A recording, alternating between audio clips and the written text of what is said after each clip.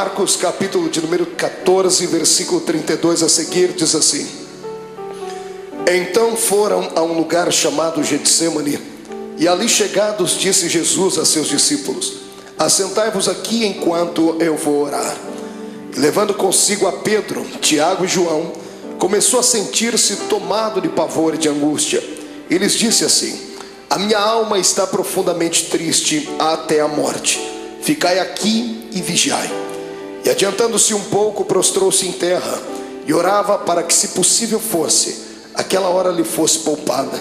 E dizia assim: Abba, Pai, tudo te é possível, passa de mim este cálice, contudo não seja o que eu quero, e sim o que tu queres. Voltando, achou-os dormindo e disse a Pedro: Simão, tu dormes? Não pudestes vigiar nenhuma hora? Vigiai e orai, para que não entreis em tentação. O espírito na verdade está pronto, mas a carne é fraca. E retirando-se de novo, orou repetindo as mesmas palavras. E voltando, achou-os outra vez dormindo, porque os seus olhos estavam pesados e não sabiam o que lhe responder. E veio pela terceira vez e disse-lhes: Ainda dormis e repousais? Basta, chegou a hora. O Filho do Homem está sendo entregue nas mãos dos pecadores. Levantai-vos, vamos, eis que o traidor se aproxima. Feche a sua Bíblia, coloque no banco, coloque na cadeira. Pegue na mão da pessoa mais bonita do seu lado. Atravesse a faixa de Gaza.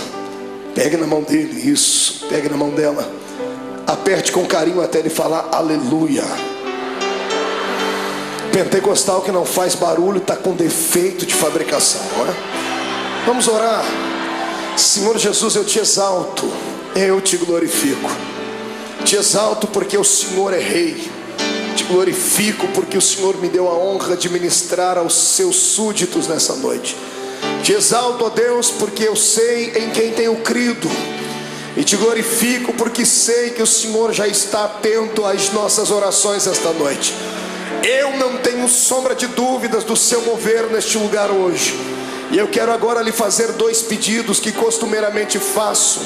O primeiro é que ao redor da Assembleia de Deus do Bom Retiro, num raio de 5 quilômetros quadrados, onde houver um demônio alojado agora, eu quero dar a esses demônios 5 segundos para desaparecerem daqui.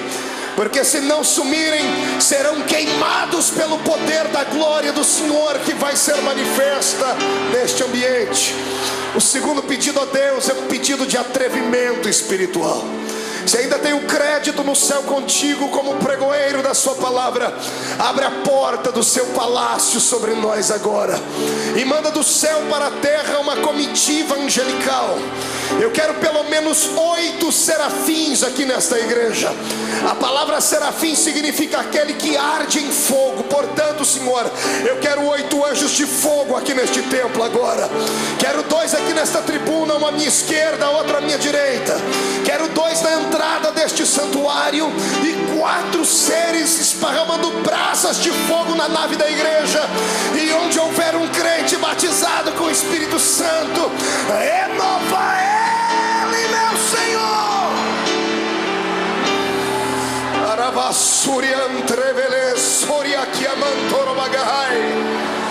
Deus, tu não precisa da ajuda do homem para nada.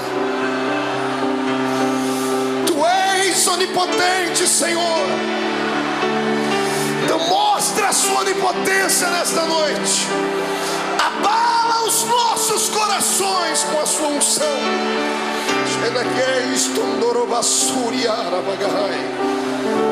Muito obrigado, Jesus. Fica conosco aqui. Amém e amém. Erga o dedo indicador para o céu comigo, o dedo de profeta. Aponte o dedo no nariz do seu irmão. Diga para ele: escute aqui. Se você não trouxe lenço, prepare a manga da camisa, a ponta da gravata, do vestido, o que for, porque hoje você vai se derreter na presença de Deus aqui. Quem crê nisso, dê um grito de glória a Deus. Aplausos a Jesus. E tome o seu assento, glorificando o nome dele.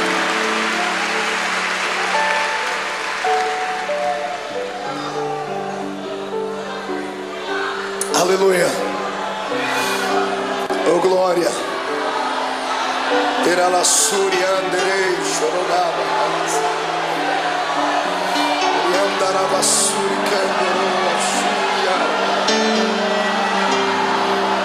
Glorifico, Jesus. Senhoras e senhores, amada noiva do Cordeiro, quando eu abro a minha Bíblia Sagrada no Evangelho de Marcos, no capítulo 14, aqui onde lemos, diante dos momentos que antecederam a crucificação de Jesus, eu tenho uma palavra atualizada para os nossos corações. Certa vez, ouvindo um grande sábio pregador, ele disse algo que talvez pela minha juventude, talvez pela força do ímpeto da juventude, eu achei que ele estava sendo apenas um tanto eloquente no que falava. E abri anos mais tarde que era uma realidade. Ele dizia que a mensagem da noite, ela depende do estado de espírito daquele que vai transmiti-la. Se o pregador estiver alegre, a mensagem vai ser esfuziante. Se ele estiver melancólico, a mensagem será melancólica, porque o Senhor usa o vaso na situação em que ele está. Você já me viu pregar aqui mensagens daquela que a tampa da chaleira voa lá para cima. Toda segunda-feira tem sido um mar de poder aqui, não é verdade? Quem tem participado, quem tem ficado cheio de Deus, sabe disso. Mas hoje eu quero levar você por outro caminho. Quero convidar você para se entregar a Jesus hoje e permitir que Ele venha moldar de novo o seu vaso. Eu sei que vaso só pode ser quebrado no processo da preparação. Depois que o vaso está pronto, ele não pode ser quebrado mais, porque se for quebrado, terá que ser colado, e mesmo servindo ainda para alguma coisa, vai ficar dentro dele algumas cicatrizes. Eu quero crer que todos nós estamos ainda num processo de formação. Não chegamos ainda à estatura daquilo que Deus quer. Então hoje o Senhor vai despedaçar o nosso vaso, e nós vamos sair daqui um pouquinho mais apaixonados pelo Cristo ao qual nós servimos. Amém? Então dê um grito de glória a Deus para estremecer o inferno inteiro. Viver não é fácil. Viver é uma aventura. O dom da vida não foi confiado a todo o grande universo. O dom da vida, a existência mais plena dela, o Senhor confiou apenas nós que somos seres humanos. Pastor, mas os animais não vivem, as plantas não vivem, mas o estado deles é vegetativo. Não tem alma, não tem espírito. Eles têm apenas um breve espaço de tempo e existem apenas para algumas finalidades. Somente o ser humano vive para a eternidade. Por isso que nós somos dotados de sentimentos. O que é um sentimento? O sentimento é aquele labirinto da nossa alma, que às vezes nos faz saltar, nos faz sorrir, nos faz chorar. E quem é que nunca passou pelo vale da sombra da morte? E só há um remédio que pode trazer a cura para os nossos sentimentos: é a doce presença do Espírito Santo. Porque a doença da alma, a dor dos sentimentos, da frustração, da depressão e da angústia, ela está localizada onde o médico não consegue localizar, bem na divisão da alma com o espírito. E só a palavra de Deus e a presença do Espírito Santo vão até este lugar. E é isso que Jesus vai fazer conosco aqui hoje. Ele vai transformar esta igreja hoje não num quartel-general, mas num grande hospital. E Ele, junto com a sua equipe médica, que é composto pela Santa Trindade e os seus anjos, vão trazer o milagre para a nossa alma. Eu profetizo em nome de Jesus que o choro que durou uma noite toda terá que cessar, porque a alegria chegará e a sua alma será inundada com a presença do Senhor Jesus. Olhe para o irmão do Senhor e diga para ele: é só um momento de dor. Diga: vai passar. Quem acredita nisso, dê mais um grito de glória a Deus aí.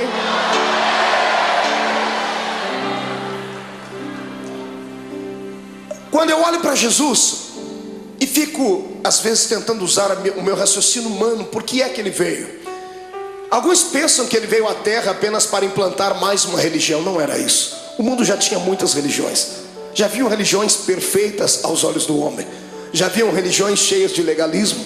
Já haviam religiões amparadas por um sistema filosófico de poetas, como eram os epicureus. Amados, já havia muitas e muitas igrejas na época. Então a pergunta continua: por que é que Jesus veio à terra? Ele não veio à terra simplesmente por vir, como cantava Raul Seixas em uma música onde ele apontava o dedo para o nosso Salvador e chamava Jesus de ridículo, dizendo que ele não era besta para dar uma de herói. Jesus não foi apenas um herói, não foi apenas um mártir. Ele não saiu do céu apenas para fabular e confabular uma história. Jesus deixou as regiões celestiais motivado por um sentimento. um sentimento nobre e perfeito. Ele foi motivado pelo amor. Ninguém entende mais de amor do que Deus. Por isso a Bíblia diz que o amor de Deus foi pleno, porque Ele amou o mundo de tal maneira que deu o seu Filho unigênito, para que todo aquele que nele crê não pereça, mas tenha a vida eterna. Tentando indagar a Deus, fiz isso algumas vezes, perguntando então por que é que Jesus veio à terra, por que o Senhor não poderia usar outras pessoas para que isso acontecesse? O Senhor me disse: você não leu a Bíblia direito, porque desde o Gênesis eu tenho levantado homens para serem exemplos, mas todos eles têm fracassado. Os homens tentaram, sacerdotes tentaram, reis tentaram, profetas tentaram, mas não conseguiram vocacionar o coração do homem para servir a Deus. Era necessário um sacrifício de um animal anualmente, para que o perdão do pecado viesse sobre os seres humanos e eles não fossem condenados e não descessem à morte e estivessem aprisionados por Satanás. Desde o Gênesis até o começo do Novo Testamento, nós temos uma série de dimensões históricas onde Deus tentou confabular com o homem a sua história, ensinar a eles um pouquinho da sua graça, e os homens não pareciam entender. Foi então que Deus teve uma atitude divina. Só alguém que é divino faria isso. A minha Bíblia diz na boca de Paulo que ele, mesmo sendo Deus, não teve por usurpação ser igual a Deus. Antes aniquilou a sua forma divina e desceu na terra e se fez carne. Aqui começa o mistério da minha vida e da sua. Aqui começa uma das explicações para as grandes perguntas da vida, das crises existenciais, que nem Freud conseguiu explicar. Por que é que estamos aqui? Todos nós fazemos parte de um plano majestoso e maior, de um plano que não nasceu na mente de homens, nasceu na mente do Todo-Poderoso Deus. No meio do caminho houve percalços, houve bloqueios, e Deus então, para reconstruir a sua história, o seu plano original, Ele teve que sair do céu e vir ser um entre nós. A minha maior alegria como homem nesta terra, como pregador do Evangelho, não é ter viajado por mais de 40 países do mundo. A minha maior alegria não é passar pelas ruas das cidades e ver um crente me reconhecer, ou saber que Jesus me deu um ministério abençoado. Não, a minha maior alegria se consiste nisso, em saber que eu tenho alguém lá em cima no céu, que para poder entender as minhas fraquezas e falhas, teve que sair de lá e vir experimentar um pouquinho desta vida triste e pequenina dos mortais. Amados, para que eu e você não fôssemos destruídos, destituídos, amassados e jogados dentro de um buraco, Jesus teve que sair lá de cima para tentar compreender a nossa falibilidade. Eu falo isso com propriedade, porque o Deus que está acima do céu nunca pecou, nunca sentiu dor, nunca foi desprezado a ponto de sentir náuseas e vontade de morrer enquanto estava lá em cima no céu. Eu penso que o próprio Deus falava com o Filho e com o Espírito Santo lá em cima, dizendo: por que será que esta raça humana não conseguem ser aquilo que eu quero que eles sejam? Se você pegar o Velho Testamento e ver o pensamento de Deus, se você torcer as páginas do Velho Testamento, vão sangrar, porque o Senhor havia ditado a sua lei. O homem que não pudesse caminhar junto com ele era logo destituído. O homem que não pudesse ser santo era logo morto. Vejo Deus do Velho Testamento trabalhando, abrindo a terra, engolindo homens. Por que é que Deus trazia morte e o terror sobre o seu povo? Pensava ele que aqueles que permanecessem vivos, olhando aqueles que foram punidos, se converteriam, seriam mais santos, seriam mais produtivos. E Deus via que, pelo contrário, aquilo parece que trazia, ao invés de temor, trazia ira no coração dos seres humanos. E alguns, por pura rebeldia, tratavam logo de desmerecer a Deus e de serem inimigos dele. O Deus do Velho Testamento tentou, ele fez de tudo que estava na sua mão para fazer, e até o ponto dele chegar no céu, sentado no trono, e dar um grito sobre aquilo que Isaías escreveu no seu livro, gritando bem alto: e agora? A quem eu enviarei? E agora quem há de ir por nós? Porque na terra não tinha ninguém justo o suficiente. Os homens não aceitaram o Deus Jeová, aquele que quando vinha em cima de uma nuvem, fazia tremer os montes, fazia os seus relâmpagos engrandecer o coração dos homens, e os homens não aceitaram. Então o Senhor está no céu, tentando encontrar uma nova maneira de atuar, e a maneira foi aquela mais talvez não pensada, mas que chegou a chocar o próprio Deus. O seu filho, sentado à sua direita, se levanta e diz: Pai, Pai, está chegando a hora então de nós tomarmos uma atitude divina.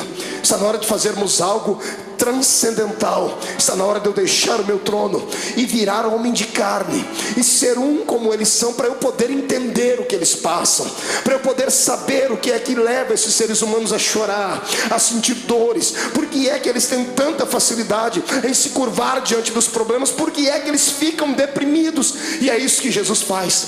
A transferência do céu para a terra não foi apenas um ato da legalidade divina, foi um ato imortal de Deus.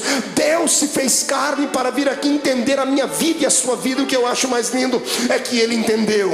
Ele passou pelos mesmos vales que nós passamos, Ele passou pelas mesmas sombras que nós passamos, e o mais importante, Ele venceu. Ele deu para nós um exemplo dizendo: é possível passar pelo vale e se levantar lá na frente. É possível andar de cabeça baixa, mas daqui a pouco erguer a sua cabeça, porque o ser humano é imagem e semelhança de Deus. Eu não prego nessa noite para um público comum de derrotados. Eu prego para homens e mulheres de carne e osso, mas que tem uma essência divina dentro deles. Eu olho para fora e vejo a embalagem, mas o conteúdo desses que me ouvem é um conteúdo transcendental. O Deus eterno que criou o universo pela força do seu poder e pelo poder da sua palavra o sustenta, habita dentro desse homem e desta mulher que está aí do seu lado. Quem acredita nisso, ergue a mão para cima e glorifique a Deus.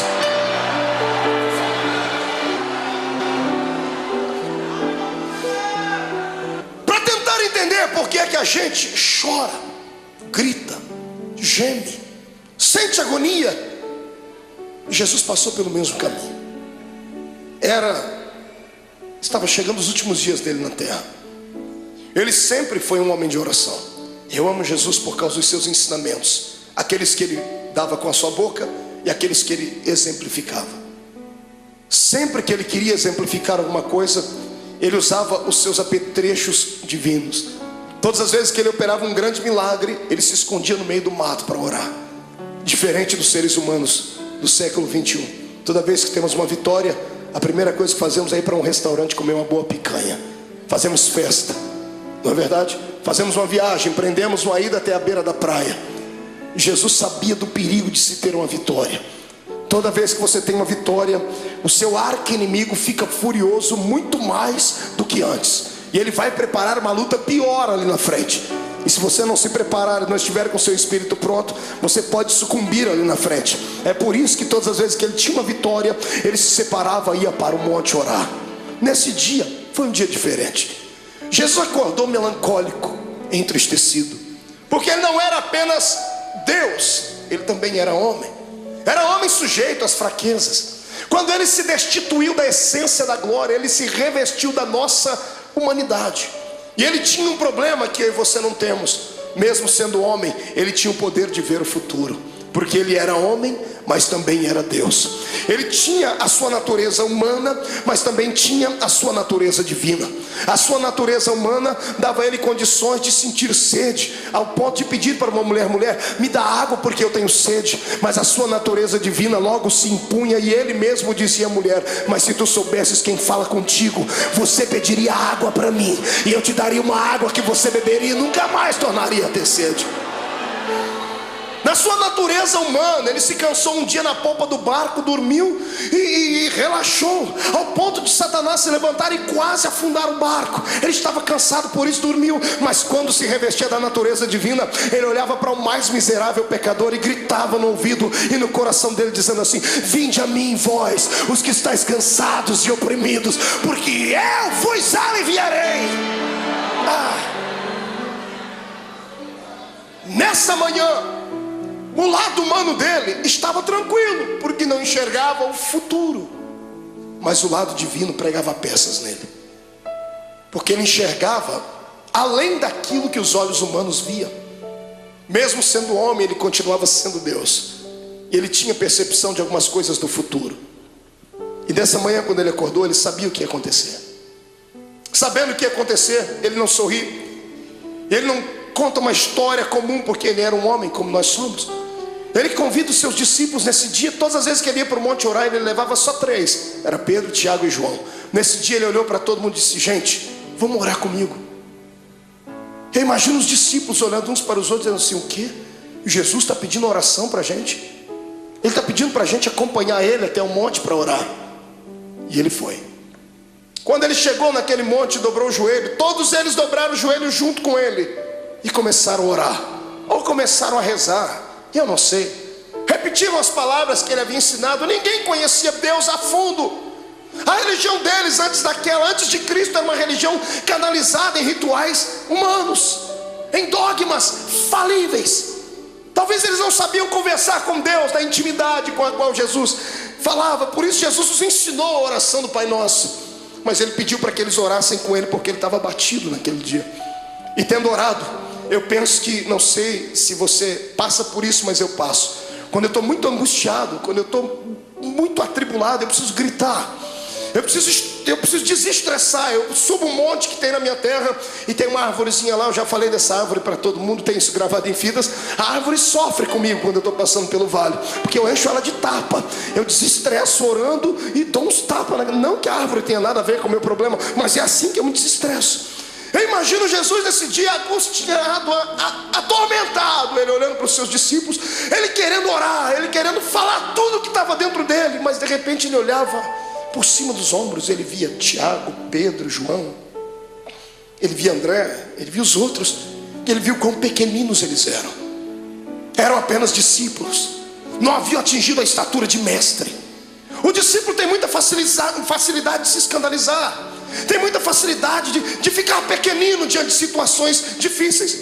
E eu imagino Jesus dizendo para si mesmo: se eu falar o que eu preciso, eles vão desanimar, eu tenho que demonstrar fortaleza para eles.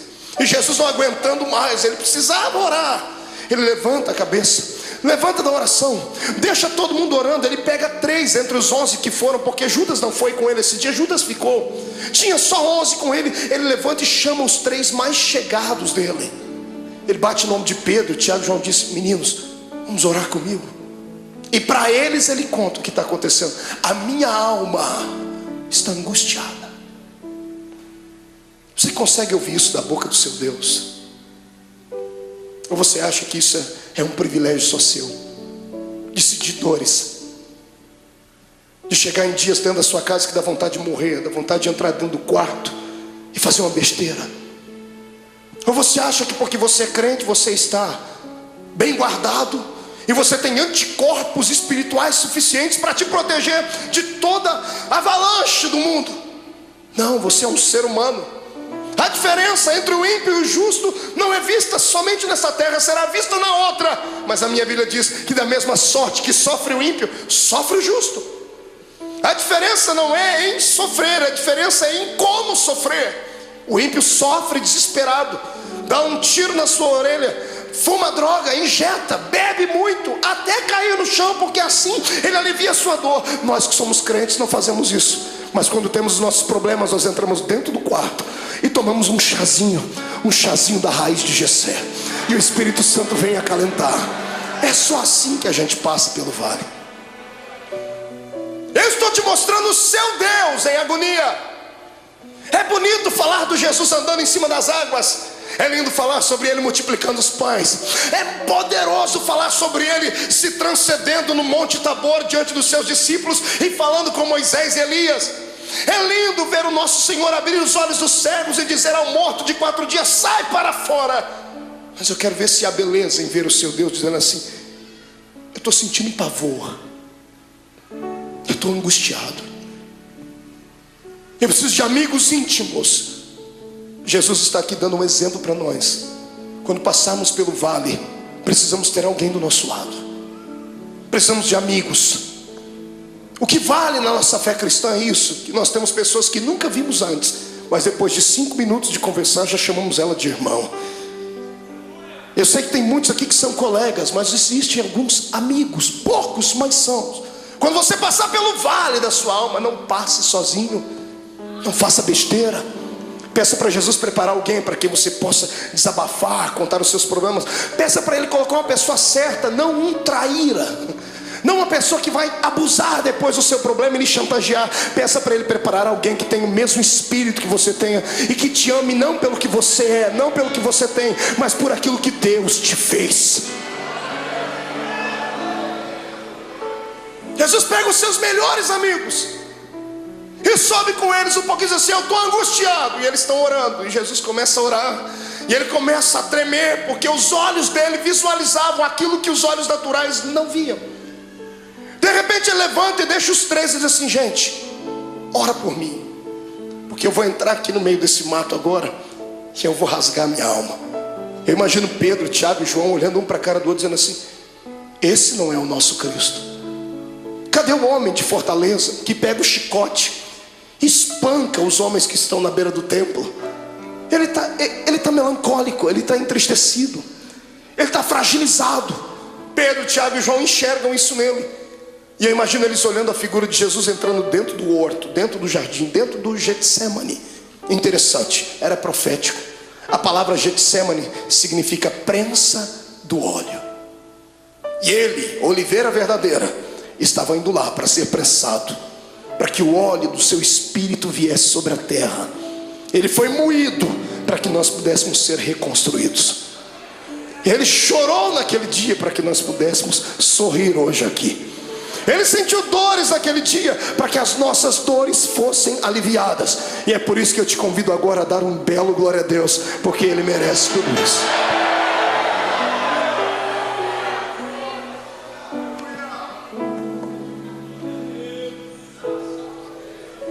Ele começa a orar. Agora que não tem mais ninguém perto dele, ele rasga a alma e diz assim: Pai, eu sei que a hora é chegada, mas o meu lado humano não está aguentando. Então eu vou fazer um pedido ao Senhor. Se der, Pai, passa de mim esse cálice. Se der, risque esse momento. Se der, me priva de sentir aquilo que eu já estou vendo que vou ter que sentir. Quando Jesus ora desse jeito, é posto uma vírgula na sua oração. Se levantam dois reinos do lado dele nesse momento: o reino de Deus e o reino de Satanás. Os anjos se calam no céu, o próprio Deus está em silêncio no céu olhando. Os demônios estão fazendo figa, estão torcendo, dizendo assim: se ele não for até o fim, não tem salvação. Se ele não for até o fim, o plano está mais uma vez destruído. E Satanás está lá orando para si mesmo, pedindo para que todos os poderes das trevas viessem trazer uma nuvem negra sobre Jesus naquele dia. E quando Jesus diz: Pai, se for possível, passa de mim esse momento, esse era o lado humano. O lado divino dele sobrepõe. E ele abre os olhos. E se como homem ele enxergava apenas o jardim naquela noite, se como homem ele enxergava apenas as árvores, o céu que devia estar escuro e o vento soprando, se como homem ele enxergava apenas pedras e relva, como Deus ele enxergou além de tudo aquilo. Ele enxergou além das pedras, além da relva. Ele enxergou além do tempo. Ele enxergou além dos séculos. Ele enxergou além do espaço. E sabe o que ele viu? Você.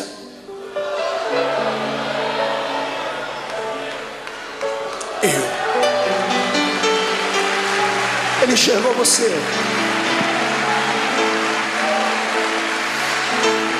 Sabe como ele te enxergou? Não como um super-homem ou uma mulher maravilha, bem trajado dentro da religião, cheio de poderes, de status, não. Ele enxergou você sofrendo no seu quarto. Ele enxergou você chorando pelas ruas de São Paulo, desempregado. Ele enxergou você no momento em que as pessoas mais te atormentaram, que os seus inimigos lhe perseguiram. Ele enxergou a sua alma rasgada e você gritando e sentindo dores. E ele sabia que você não ia conseguir passar pelo jardim do Getsemane. Ele sabia que você ia tentar correr de lá. Então ele entrou no meio e disse assim: Pai, já que eles não vão dar conta de ir, eu vou no lugar deles. Ele se levanta e diz: todavia seja feita a sua vontade.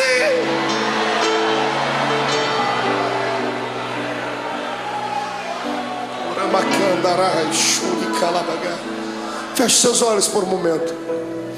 Eu sinto que a noite deste dia vai ser diferente.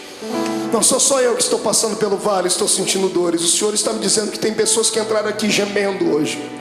Tem pessoas que essa segunda-feira perdeu sentido para ela. O feriado não teve alegria nenhuma. Tem gente aqui dentro que sequer conseguiu dar um glória a Deus. E não é porque não queria, é porque a sua alma está mais atormentada do que tudo. Veio buscar aqui hoje, nessa noite, um escape. tentou enxergar aqui uma luzinha no fundo do túnel. Em nome de Jesus, como profeta do Deus vivo, eu profetizo que o tempo de cantar chegou. Os espíritos de tormento, os espíritos de acusação, os espíritos que provocam o seu espírito e te deixam abatido, chegaram até a porta do templo, mas tiveram que voltar. Quando eu fiz a oração inicial, eles tiveram que recuar 5 quilômetros. E eu te dou uma palavra de Deus: eles não vão voltar. Você vai sair daqui hoje de cabeça erguida, sorridente, alegre, de paz, cheio de Deus. Vai entrar na rua da sua casa com a coroa da vitória. Você não é um derrotado, você não é mais um. Você nasceu para a vitória. Quem acredita nisso, adore ao Senhor.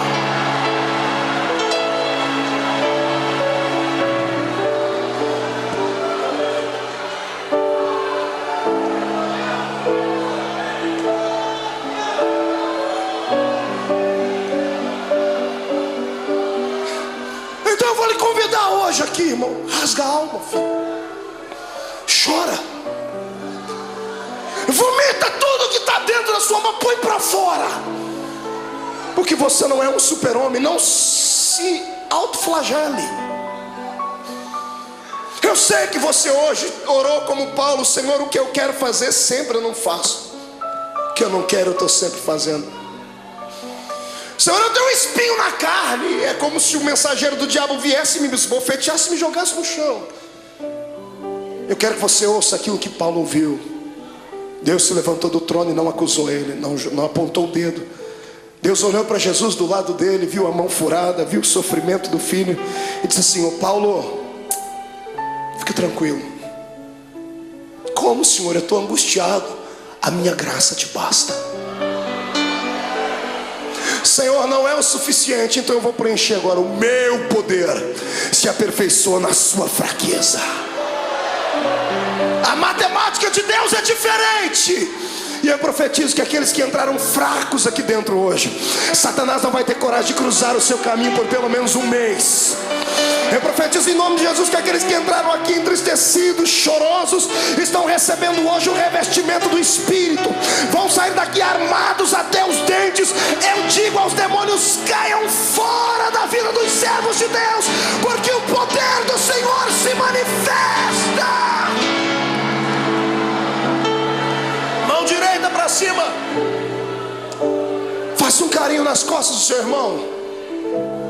Diga para ele: a angústia, o pavor, a angústia e a tristeza, a angústia e o abandono são o caminho mais fácil, mais rápido de tocar o coração de Deus.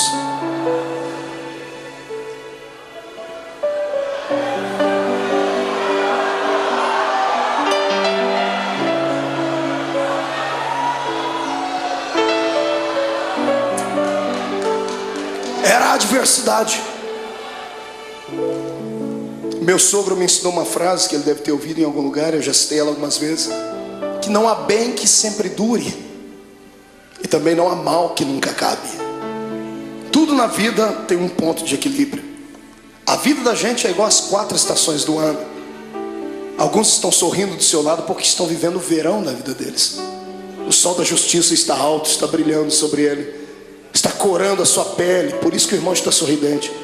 Outros estão vivendo a primavera da sua existência, estão florindo, estão frutificando, estão crescendo.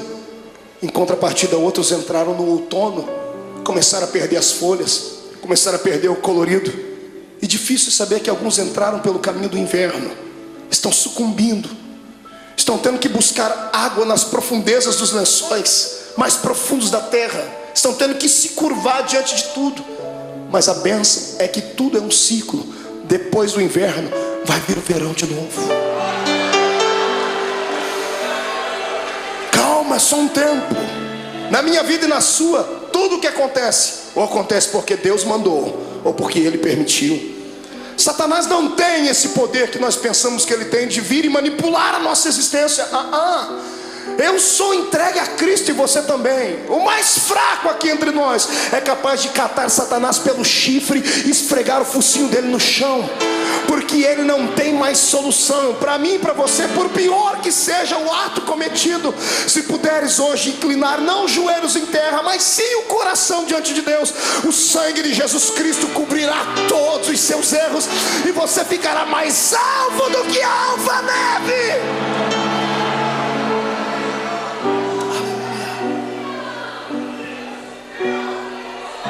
Mas escute, o que é para você passar, ninguém vai passar no seu lugar.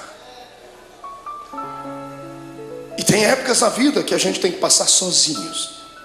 Tem vale que não tem amigo íntimo, ninguém. Tem coisas que somos só nós e Deus. E o pior é que nesse exato momento parece que Deus nos esquece. Eu não sei o que é pior, a correção de Deus ou o silêncio dele. O silêncio, quando você grita e lá do céu vem uma resposta assim: psss. Jesus estava se sentindo assim aqui. A alma dele estava contrita. Ele chegou no ápice da vida de um ser humano. Ele levanta daquele horto tremendo, suando sangue. Eu fui estudar isso à luz da ciência. A ciência diz que é raro, mas é possível. Por que é que uma pessoa chega a transpirar sangue? A ciência diz que quando a pessoa está passando por uma agonia muito grande, o seu metabolismo fica todo alterado.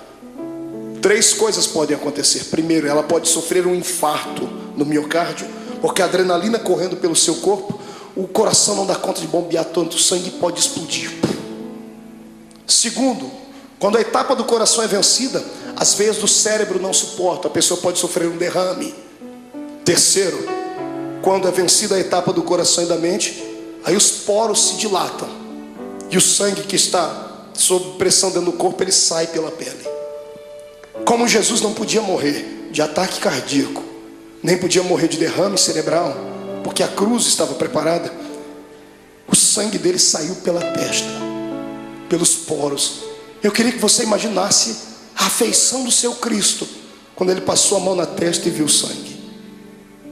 O lado humano dele deve ter se contorcido, mas era preciso passar por aquele vale, era preciso ir até o fim. Ele levanta dali como um vitorioso. O reino das trevas está abalado porque acharam que ele ia parar naquele momento. Ele levanta e pega os discípulos dormindo. Que decepção. Mas ele sabia que eles eram fracos. Ele olhou para os discípulos, acordou e disse assim: nem uma hora pudestes velar comigo? E os discípulos já correm e dobram o joelho. Jesus diz: não, agora é tarde. Eis que o Filho do Homem será entregue na mão dos pecadores. Quando ele acaba de fazer isso, eles ouvem passos de uma multidão de homens que vem vindo. Tochas acesas vêm iluminando o caminho deles, liderado por alguns homens da religião judaica. E no meio da multidão Jesus viu um rosto conhecido, o rosto de um dos seus discípulos. Esse discípulo vai e dá um beijo em Jesus. E aqui eu começo a aprender com Jesus coisas lindas, coisas que nós não aprendemos com o ser humano. Quando Judas dá um beijo nele, Jesus era tão amável, ele acreditava tanto no poder que ele tinha de envolver as pessoas, e tinha tanta pena da alma do ser humano, que quando Judas lhe beijou, ele já sabia o motivo. Ele poderia ter expulsado Judas. Imagine você sabendo que uma pessoa que com um beijo ela vai lhe levar à morte. O que você faria? Esmurraria ela? Arrancaria a cabeça dela? O que é que você faria? Pois Jesus olhou para ele depois do beijo e disse assim: amigo. Jesus não era hipócrita, nem falso. Mesmo Judas traindo ele, disse: você ainda é meu amigo. Essa palavra vem de encontro àqueles que durante essa semana traíram Deus. Traíram Deus com seus atos, traíram Deus com as suas palavras, negaram Jesus com seus feitos.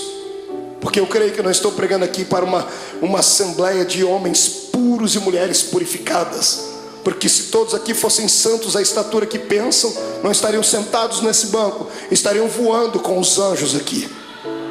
Eu sei que estou pregando aqui para gente que passou pelo vale, porque o meu Deus não fala com quem está ausente, Ele fala com quem está presente. Mas Jesus manda dizer que Ele está apaixonado pela sua fé, está apaixonado pela sua coragem. Você caiu, veio aqui se arrastando com a boca no pó, mas crendo no que está escrito, que o justo pode cair até 7 vezes, mas o Deus que ele serve, de todas elas o colocará de pé.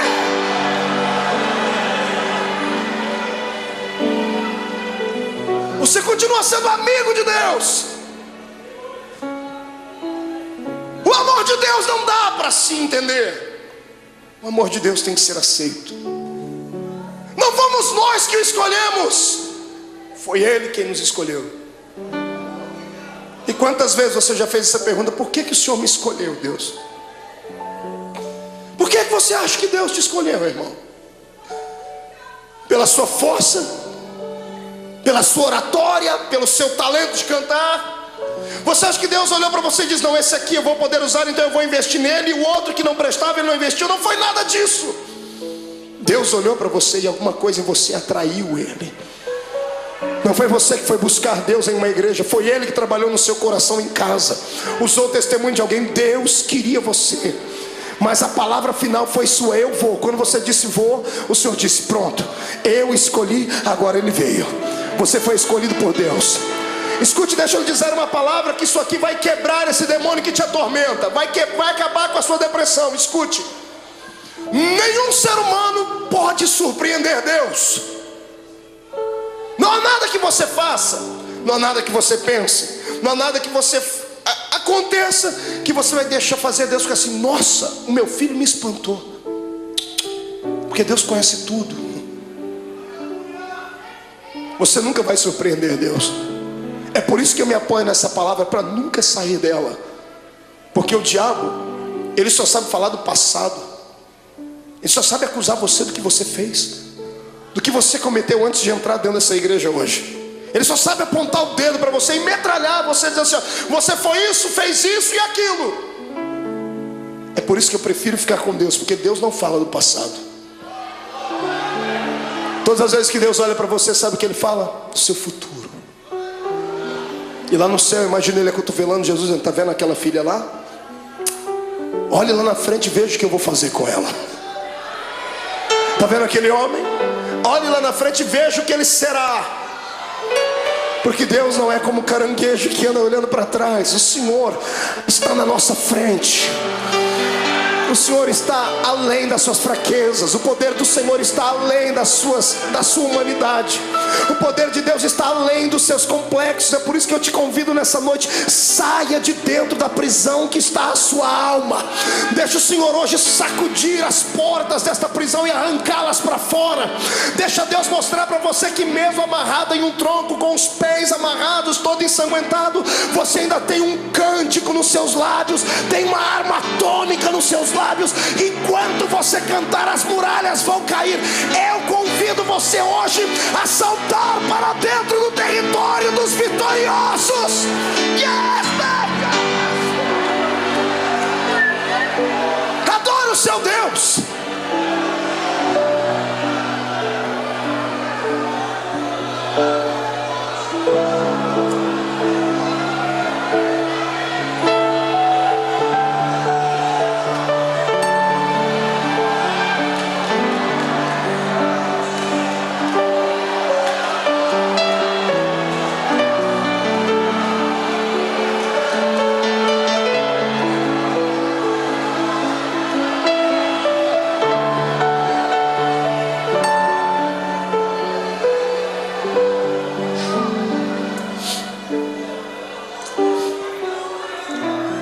É hoje o dia que Deus escolheu para arrancar você de dentro do quarto escuro da sua vida.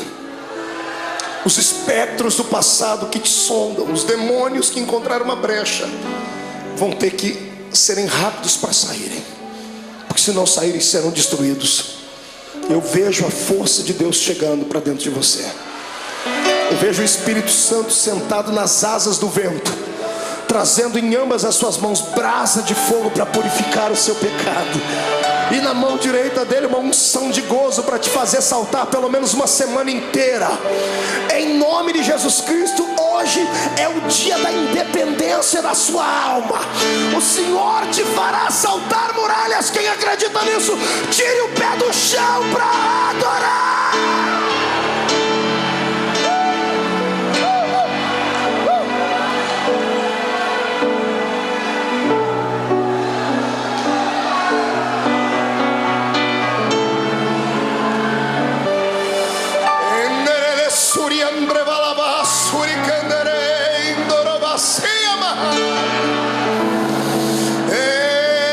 Adore a Deus, cante um hino de vitória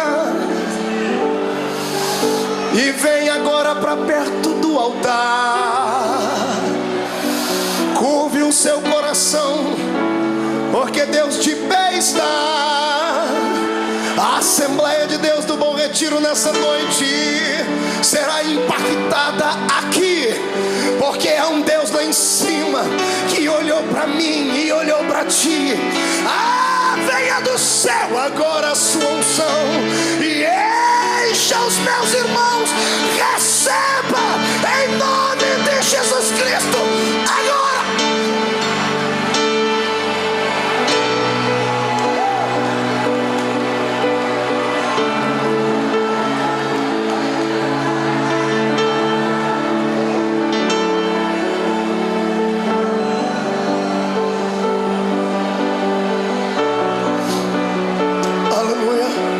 Sente um pouquinho. Olhe para cá.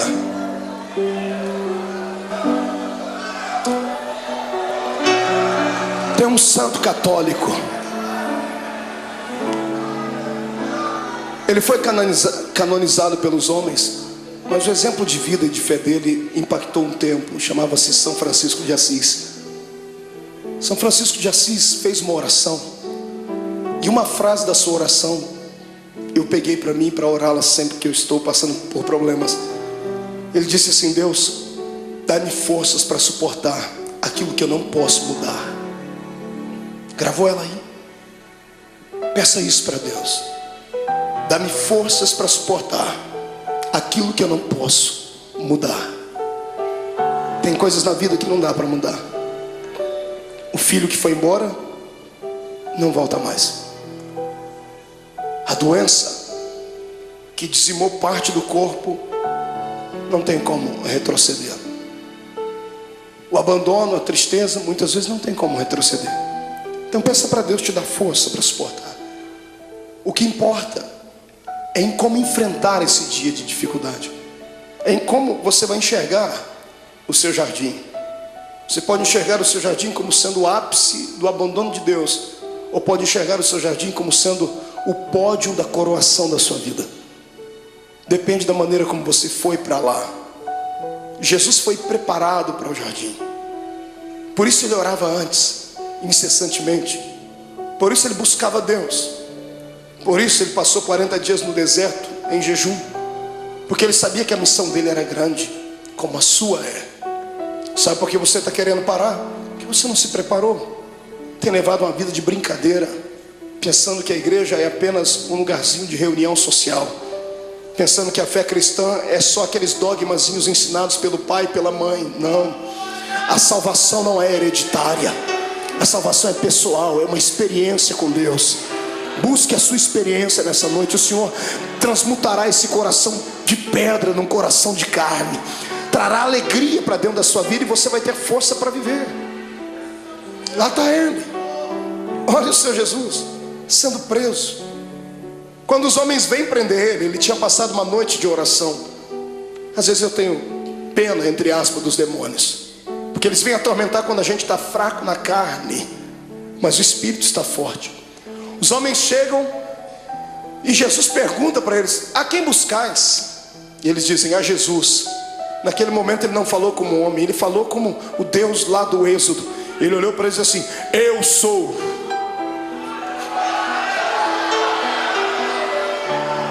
Por um pouco aqueles homens não morreram fulminados, porque quando ele liberou a sua palavra, rema, eu sou, eles caíram no chão. qualquer preso sairia correndo, qualquer pessoa condenada sairia correndo, qualquer covarde sairia correndo. E eu não duvido que os discípulos iam pegar na mão dele: Jesus, aproveita o momento e foge. E ao invés de ele ir para a direção contrária, ele vai e ajuda as pessoas a ficar de pé. Você consegue imaginar Jesus pegando Imagina ele falando: I'm sorry, desculpe. Em vez de falar como homem, eu falei como Deus. Foi só um momento, eu estou aqui, pode me prender.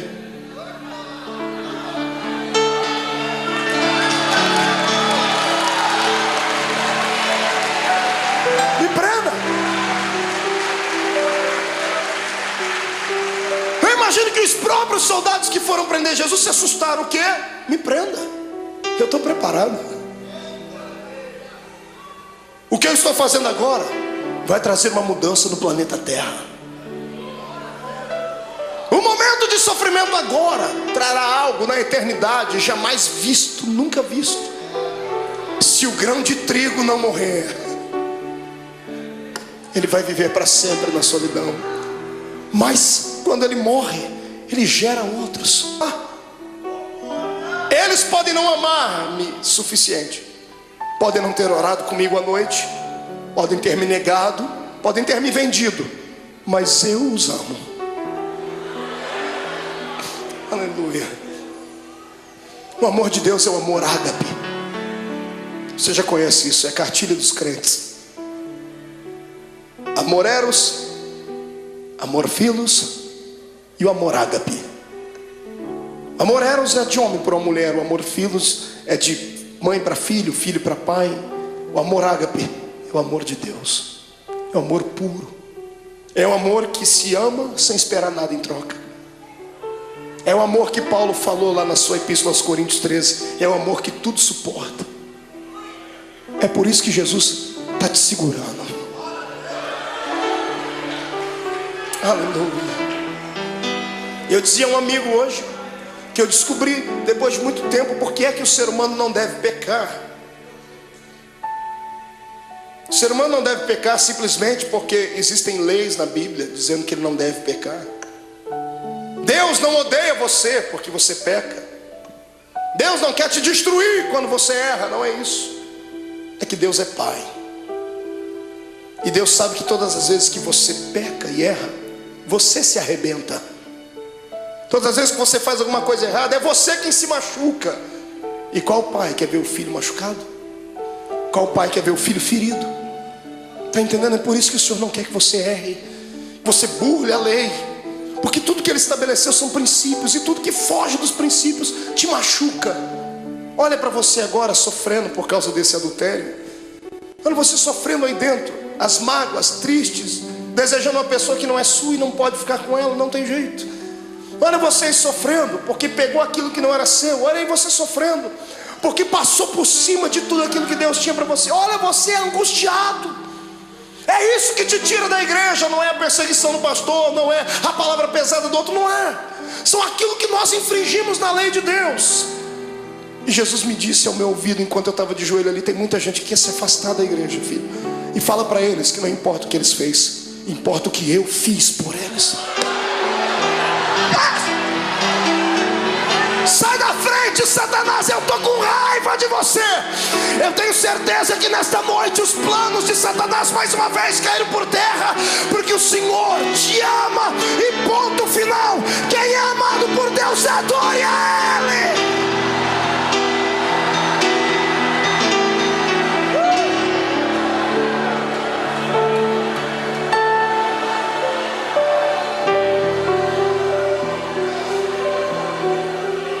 Filhos,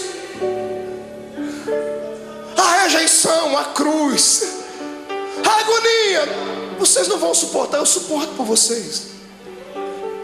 E levaram ele como um preso comum. Fizeram do meu Jesus uma peteca.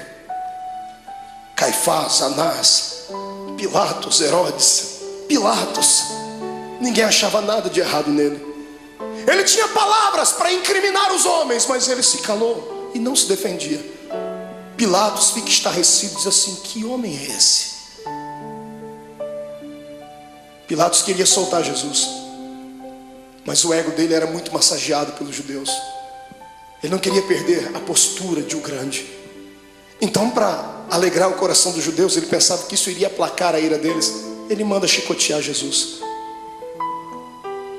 E pegam o meu Jesus, o seu Jesus, levam ele numa noite fria para um lugar, numa praça, amarram as mãos dele em uma estaca, deixam ele seminu. Aquilo era já motivo para matá-lo, porque todo judeu tinha vergonha de mostrar o seu corpo. Estava sendo humilhado, até que ele começou a ser flagelado. Azorrague era o nome da arma com a qual bateram em Jesus. 12 tiras de couro, na ponta de cada tira um osso de carneiro quebrado ou limalha de ferro. Cada vez que o carrasco batia nas costas do meu Jesus, 12 buracos ficavam nas costas dele. Paulo disse: assim como meu mestre, eu tomei uma quarentena de açoites menos uma. Foram 39 chicotadas daquela, mais de 460 cortes nas costas. O corpo não aguenta. Depois da 10ª chicotada, ele já estava pendurado. Ele poderia ter gritado, ele poderia ter aliviado um pouquinho da dor, porque quando gritamos, por um momento, há um bloqueio no cérebro e a dor passa por momentos, mas passa. Se ele gritasse, ele teria sentido menos dor, mas ele não gritou. Ele aguentou calado, porque sabia que você não ia aguentar. Sabia que eu não ia aguentar. Eu também, irmão, eu também.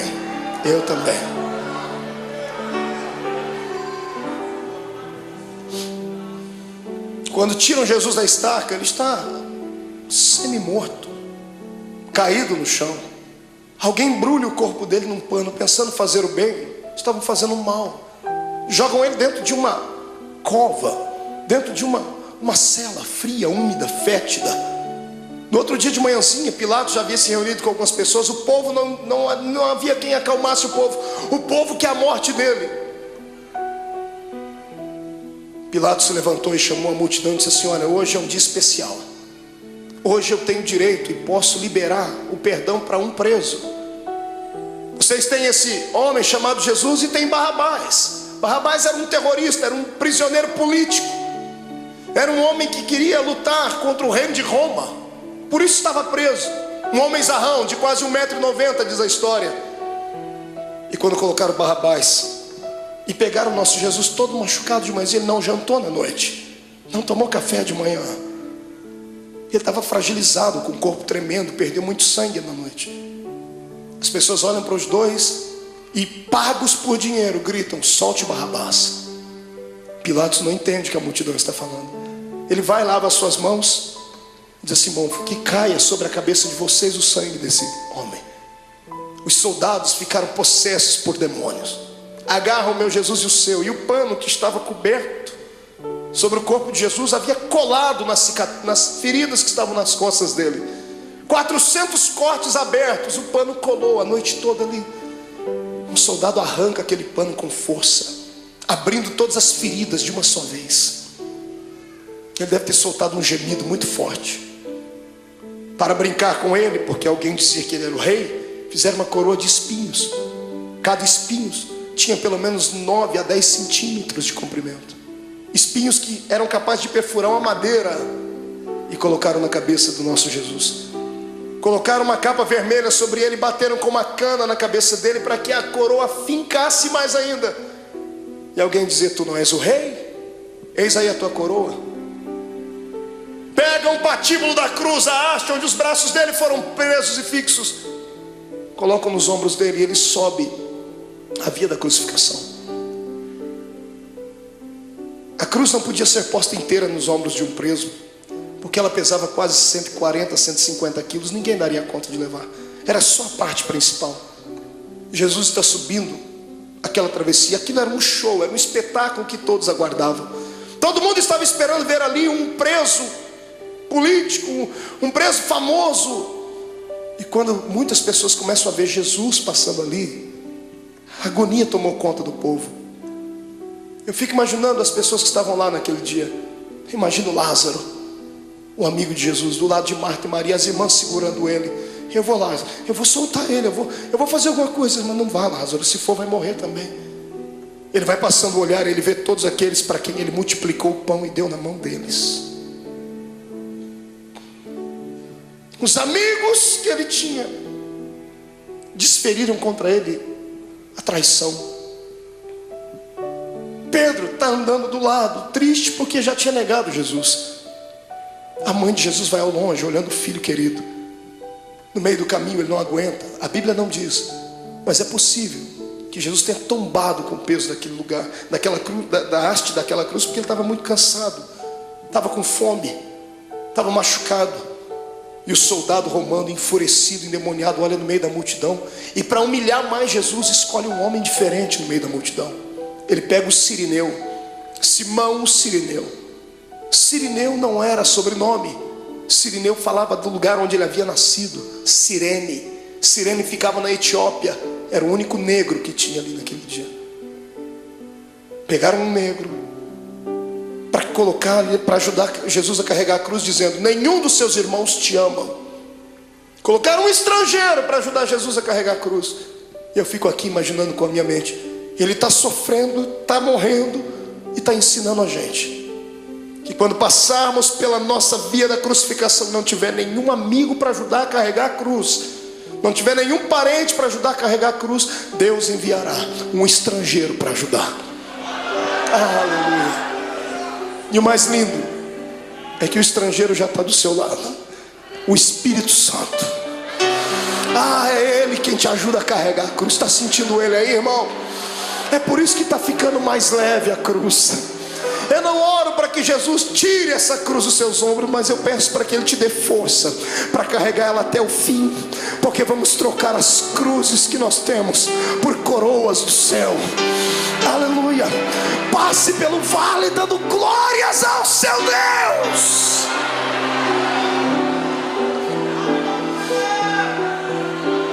Sobe comigo. Vem no Gólgota comigo. Ele está subindo, a multidão está indo atrás, os soldados estão gritando.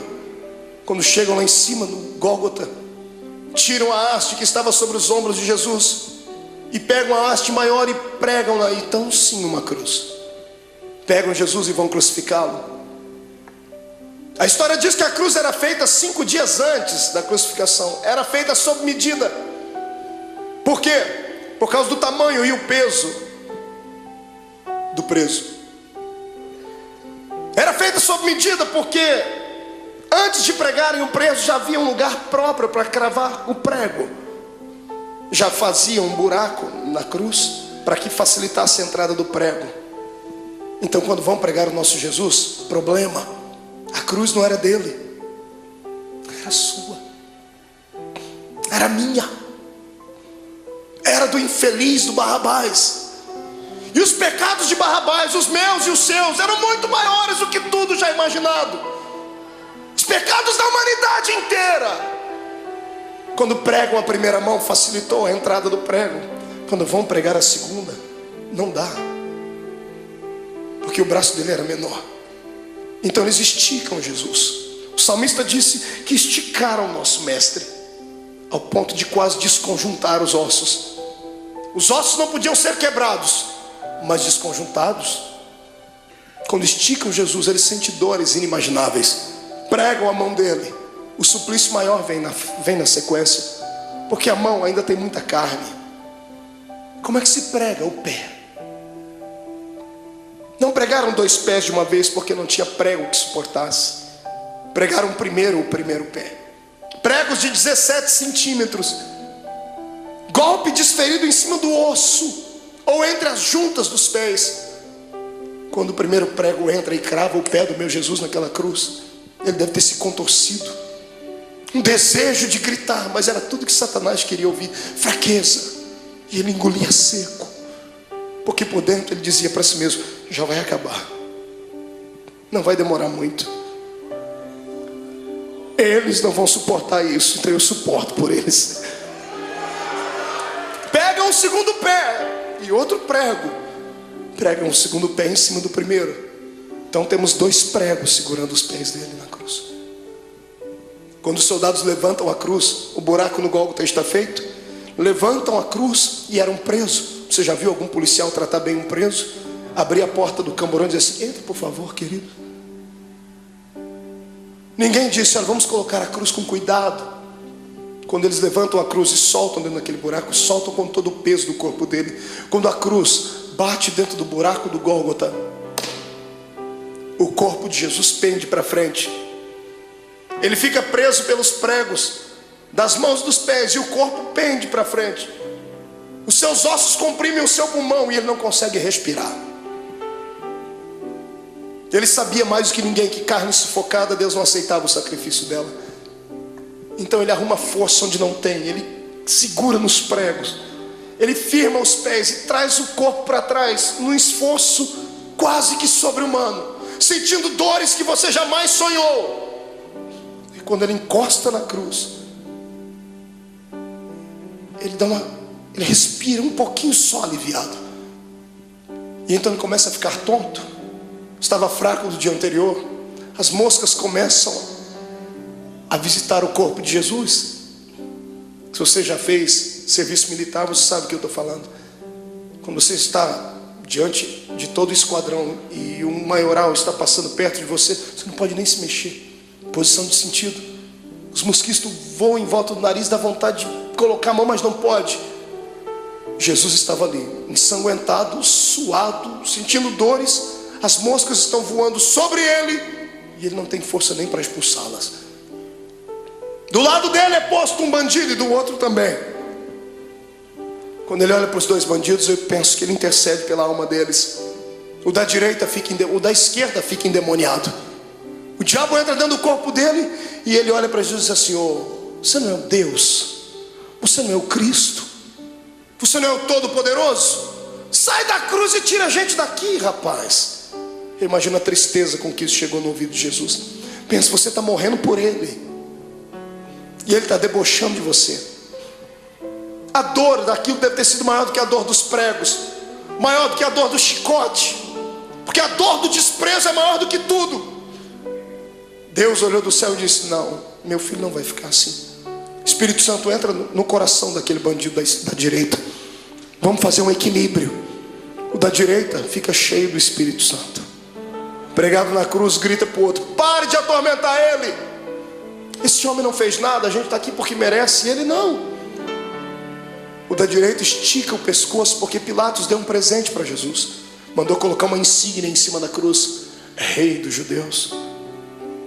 O preso estica o pescoço, e quando ele lê em cima da cruz Rei dos Judeus, ele abaixa a cabeça e sussurra: o Rei, Rei, ó Rei. Imagino Jesus levantando a cabeça, sentindo dor, dizendo: está falando comigo, rapaz? Estou. O Rei, lembra de mim quando entrar no seu reino. Aleluia. Eu imagino Jesus dizendo: eu penso, conjecturo: o que, filho? Lembra de mim quando entrar no seu reino. Eu acredito que você é rei. Lembra de mim. Eu imagino Jesus dando um sorriso no meio do sangue, no meio da dor, e dizendo para si mesmo: valeu. Pelo menos um acreditou. Jesus olha para ele antes dele desfalecer e diz: moço, ainda hoje você vai cortar as faixas, vamos inaugurar o paraíso juntos. Eu e você, ainda hoje estarás comigo no paraíso.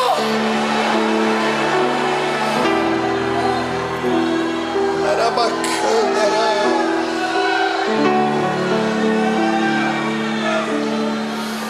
incline a sua cabeça. Derramado em meu coração, não sei como agradecer-te o que tu tens feito a mim. Eu só posso dar-te agora a minha canção. Quem pode cantar comigo?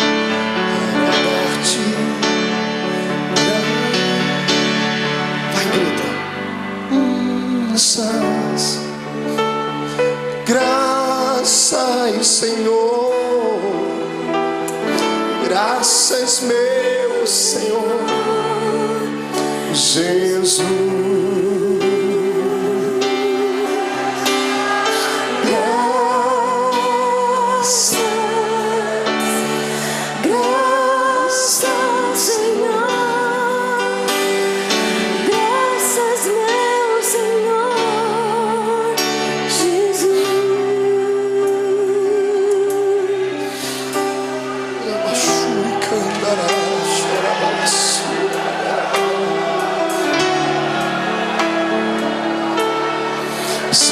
Diante do seu Deus, crente.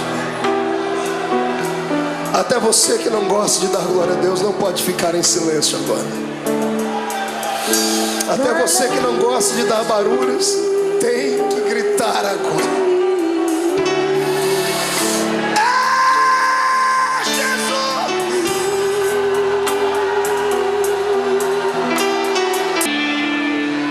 A agonia dele continuava. Chegou uma hora que ele olhou para o céu. Como homem, ele enxergava só as nuvens, o sol. Mas de repente, como Deus, ele olha para o céu e ele não vê nuvens. Ele olha para o céu e não vê pássaros. Ele vê o trono, Rupinas. Quando ele vê o trono, ele vê o pai dele. Só que o pai dele está de costa. O pai virou as costas para ele. E no momento de dor, de muita agonia, ele disse: "Ô pai, por que tu me abandonou?" Quantas vezes você já falou isso, crente? Deus entende quando você diz isso, porque Jesus passou por isso. Não é que Deus estivesse feliz com o sofrimento do filho. Se Deus continuasse olhando, ele ia arrancar Jesus daquela cruz, Joel. E se ele arrancasse Jesus da cruz antes dele morrer, Deus ficaria derrotado. Deus poderia ter destruído a terra, mas ele preferiu virar as costas para não ver. E o lado humano de Jesus sentindo dores, mas o lado divino dentro dele dizendo assim: já está acabando, aguenta mais um pouquinho, segura. A morte está lá com as garras da mente de Jesus, tentando arrancar o espírito dele, e ela não consegue, porque ele não tinha pecado. A morte estava inofensiva. Ela era acostumada a carregar para dentro do inferno pecadores. Mas como arrancar da terra um homem que nunca pecou? Eu imagino a morte dizendo: desse eu não dou conta. Eu imagino Jesus levantando o rosto para cima e dizendo assim: eu vou te ajudar, a morte. Onde está o teu aguilhão, a morte? Onde está o teu poder que não consegue levar um homem fragilizado uma noite inteira? Eu te ajudo. Quem diz que a morte matou Jesus não sabe da verdade. A morte não matou Jesus, foi Jesus que se entregou para ela. Você é muito fraca, morte, então eu vou te ajudar. Eu me rendo, eu entrego meu espírito, consumado está.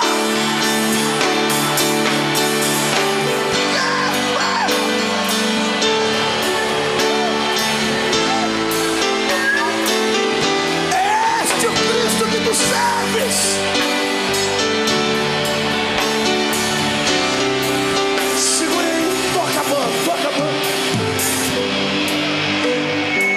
Escute.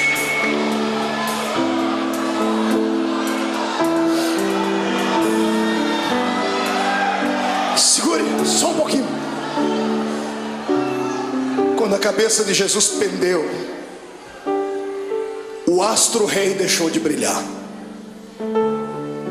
O cosmos e a natureza se curvaram diante do Rei eterno. As rochas se fenderam. O sol se escureceu. A multidão que gritou: crucifica-o, começou a bater no peito e dizendo: ele era Deus. O centurião que ajudou a flagilizar o corpo dele, está embaixo da cruz, gaguejando e dizendo: esse homem era o Filho de Deus. Maria está embaixo, João está abraçado com ela, dizendo: aguenta, mãe, aguenta. Tiram Jesus da cruz. Ele morreu primeiro do que os bandidos. E um dia eu orei a Deus, Deus me revelou por quê. Por que Jesus morreu antes dos bandidos, irmão? Será que Jesus era tão fraco assim? Porque os outros bandidos também foram flagilizados. Por que Jesus morreu primeiro? Eu perguntei a ele um dia, e o que ele me respondeu: é só crente cheio do Espírito Santo para entender. Jesus nunca gostou da morte. E todo morto que cruzou o caminho dele ressuscitou. Todo. Ele chegou a parar velório, cortejo fúnebre. Jesus nunca gostou da morte porque ele era Deus. Ele sabia que o homem não foi feito para morrer.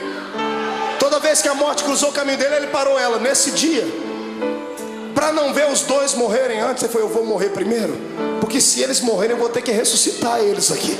Perto de mim ninguém fica morto. Aleluia.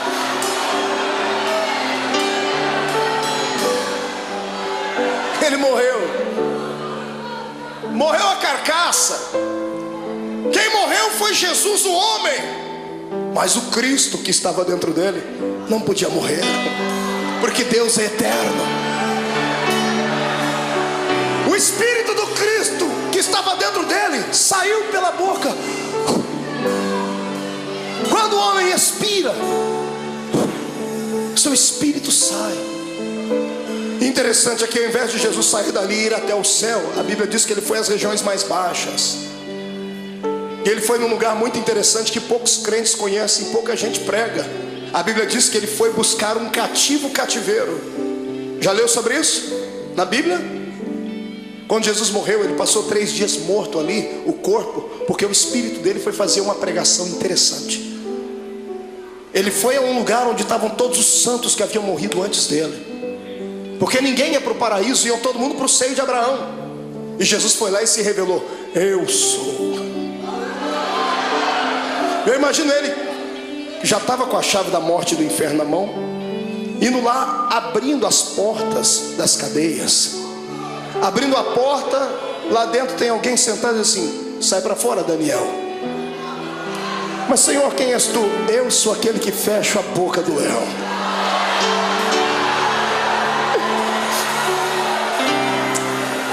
Sai para fora, Jeremias. Quem é o Senhor? Eu sou o oleiro e você continua sendo vaso. Vai na porta. Sai para fora, Ezequiel. Quem és tu, Senhor? Esqueceu de mim? Eu sou aquele que mediu as águas para que você entrasse nelas. Águas de vida, águas que purificam, sou eu. Jesus vai na cela de um homem chamado Manoá. Quando ele abre a porta: sai para fora, Manoá. Senhor, quem és tu, Manoá? Você perguntou o meu nome quando eu fui anunciar o seu filho. Eu sou o maravilhoso, Manoá. Sou eu. Sai para fora, Davi. Quem és tu, Senhor? Eu sou o bom pastor que dá a vida pelas suas ovelhas. Sai para fora. Sai para fora, Ananias, Misael e Azarias. Senhor, quem és tu? Eu sou o 4º homem da fornalha de fogo. Sai para fora.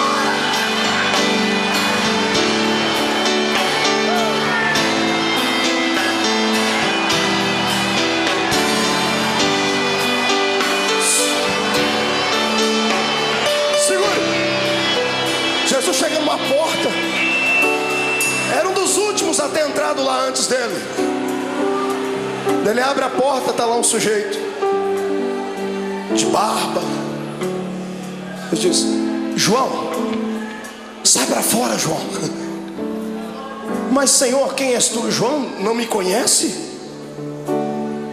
Imagina João olhando e dizendo: oh Senhor, desculpa.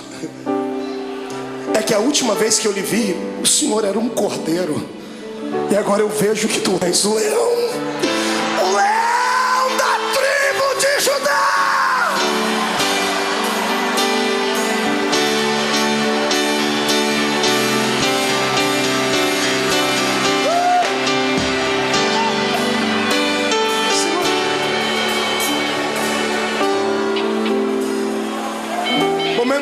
disso acontecer, Jesus fez uma visitinha lá na casa do diabo. Está todo mundo chorando aqui em cima, na terra, e tem um monte de demônio fazendo festa no inferno. A morte e o diabo dançando catira e forró. Os demônios cantando, é festa. Jesus morreu. Quando Jesus morreu, eles esperavam que ia cair uma pedra em cima da cabeça deles. Quando Jesus expirou, eles, ai, mas não aconteceu nada, então vencemos.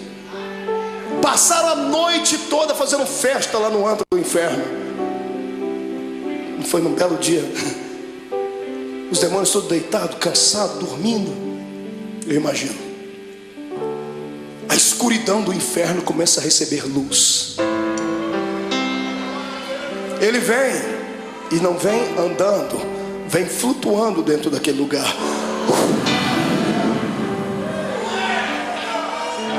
Quando a presença, a luz e o calor dele vai passando, demônios começam a gritar. Ai, está queimando, é o sol. E alguém grita, é, mas é outro sol. É o sol da justiça que está entrando. Os gritos devem ter acordado o diabo e a morte. Jesus olha para a cara dos dois. Antes de falar com o diabo, Jesus vai no colarinho da morte, agarra ela pelo colarinho e diz, onde está a morte? Onde está o teu aguilhão, a morte? Jesus pega e joga ela para um canto. Jesus vai onde está o diabo, fala, Satanás, agora é contigo, seu infeliz. Me agonizou lá no monte, achou que eu não ia vencer. Eu vim aqui provar para você que é possível ser homem na terra e ainda ir morar no céu.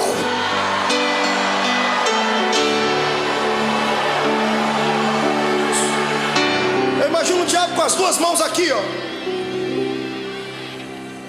Imagina Jesus, o que você está fazendo, ô cão? Não, é que aquela historinha lá de Gênesis 3:15, né? A semente da mulher vai esmagar a minha cabeça. Imagina Jesus dizendo, não, fica tranquilo, eu poderia fazer isso agora, mas não vou fazer. Não, o senhor é bonzinho, obrigado. Sou bonzinho? Me dê a chave da morte do inferno aqui. E Jesus vai saindo, eu imagino. E o diabo, mas e a cabeça e o pé, como é que fica?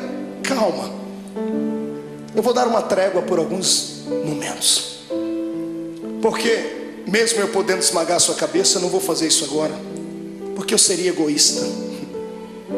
Eu vou repartir isso com muita gente ainda. Eu imagino Jesus apontando o dedo dele, fica assim por enquanto, mas em breve, o Deus de paz esmagará Satanás embaixo dos nossos pés.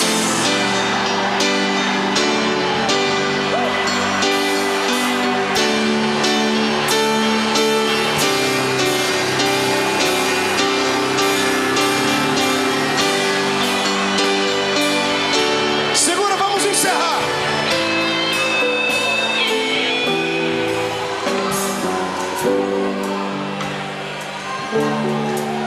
Três dias depois,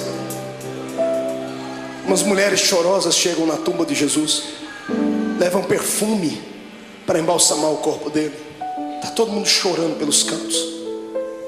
Quando elas chegam na tumba de José de Arimateia, que emprestou para Jesus, a pedra gigantesca estava removida. Desesperadas, elas pensam que alguém roubou o corpo de Jesus. Quando elas entram lá dentro, no meio de duas pedras tem dois homens de branco. Os homens estão sorrindo, um sorriso angelical. Um dia nós vamos vê-los. E as mulheres perguntam, onde puseram o nosso mestre? E os homens dão um grito para elas, mulheres, por que procurais entre os mortos aquele que vive? Ele não está mais aqui, ele já ressuscitou.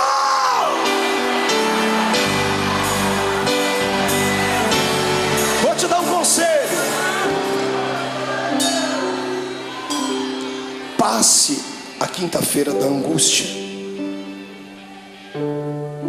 chegue na sexta-feira da crucificação e não se entrega. Se segura, porque o domingo da ressurreição vai chegar.